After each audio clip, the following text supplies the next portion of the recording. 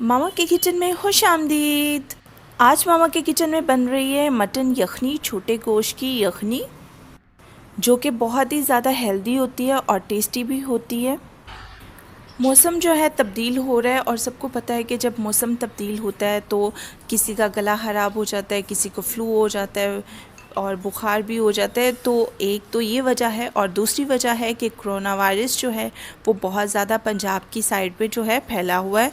तो इन सब से बचने के लिए ये यखनी ज़रूर ट्राई करें।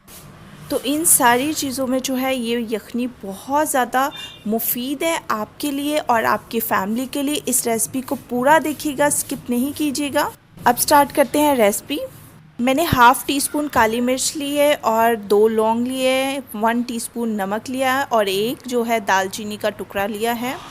एक छोटे साइज़ का जो है मैंने प्याज लिया है और देसी लहसुन लिया है और आधा किलो जो है हमारे पास मटन है, जिसको अच्छे से मैंने धो के जो है रख लिया है। यहाँ मैं जो गोश्त यूज़ कर रही हूँ वो हड्डी वाला है, क्योंकि हड्डी वाले की जो है यखनी अच्छी बनती है। लेकिन अगर आपके पास हड्डी के बगैर है तो आप वो भी यूज़ कर सकते हैं। मटन जो है वो थोड़ा महंगा आता है, मगर आपकी फ़ैमिली की और आपकी सेहत से ज़्यादा महंगा नहीं है। तो आप ये यखनी ज़रूर ट्राई करें।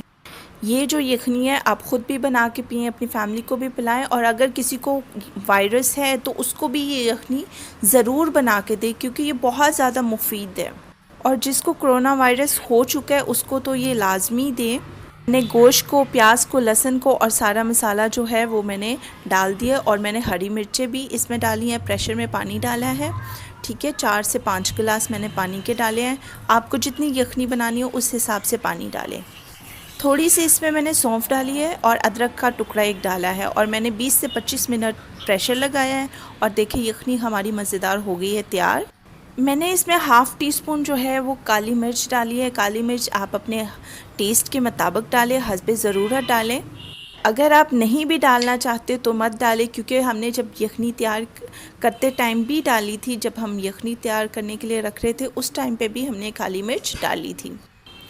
और इसमें मैंने जो बोटियाँ थी उसके छोटे छोटे टुकड़े जो हैं मैंने करके डाले हैं। ये देखें, आपको नज़र आ रहे हैं।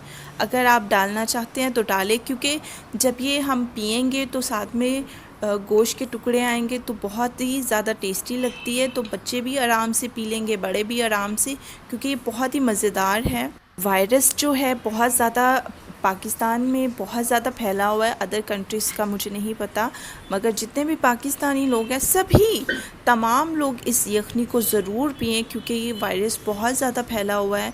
तो आपकी और आपकी फ़ैमिली की सेहत जो है वो बहुत ज़्यादा इम्पॉर्टेंट है। तो इस यखनी को ज़रूर बनाएं अपने घर पे, ताकि आप भी महफूज रहें, आपकी फ़ैमिली भी महफूज रहे। वीडियो पसंद है तो लाइक एंड शेयर ज़रूर करें। होंगे आपसे एक नई रेसिपी के साथ, तब तक के लिए खुदा हाफिज़।